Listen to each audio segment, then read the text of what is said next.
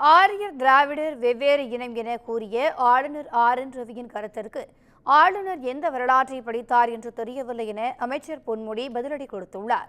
விழுப்புரம் மாவட்டம் விக்கிரவாண்டியில் செய்தியாளர்களை சந்தித்த அவர், தமிழக அரசின் மீது எப்போதும் குறை கூற வேண்டும் என்ற நோக்கில் ஆளுநர் பேசுவதாக குற்றம் சாட்டியுள்ளார். வரலாறு படித்தவன் தான். அவர் எந்த வரலாறுல படித்தாருன்னு எங்களுக்கு தெரியாது. ஆக வரலாறுல அந்த காலத்திலிருந்து இந்திய வரலாற்றை எழுதும் பொழுது ஆரியர்கள் என்பவர்கள் அப்போ வந்தவங்க தான். அலெக்சாண்டர் காலத்தில் அப்படி அந்த வடமேற்கு திசையின் மூலமாக வந்தவர்கள் தான் ஆரியர்கள். இங்கே அவர்கள் குடியேறியவர்கள் தான். அதில் எந்த சந்தேகமும் கிடையாது. இங்கே தமிழகத்தில் இருக்கிற இவர்களெல்லாம் எல்லோரும் இவர்கள்தான் இந்த மண்ணின் மைந்தர்கள். இங்கே இருப்பவர்களையெல்லாம் அங்கே அவர்கள் குடியேறி அவர்களையெல்லாம் வடபுறத்திலே இருந்து தென்புறத்திற்கு தள்ளிவிட்டார்கள். அப்பொழுது இருந்து இங்கே தென்புலத்திலே எல்லோரும் சேர்ந்திருக்கிறார்கள்.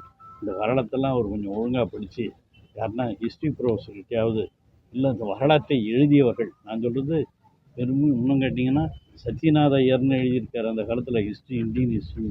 அவர் எழுதின புத்தகத்தை நான் படிக்கும் போதே படித்தேன். அதுலேயே இதை தான் சொல்லியிருக்கார்.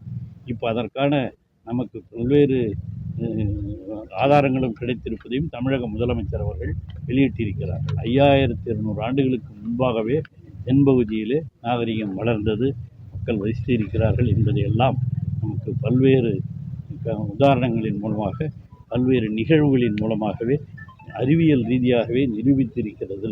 அதையெல்லாம் தமிழக முதலமைச்சர் அவர்களே வெளியிட்டிருக்கிறார்கள். ஆளுநருக்கு எப்பொழுதும் நம்ம அரசின் மீது குறை சொல்ல வேண்டும் என்பதே ஒரு நோக்கமாக இருக்கிற காரணத்தினால் இதெல்லாம் சொல்லிக் கொண்டிருக்கிறார்.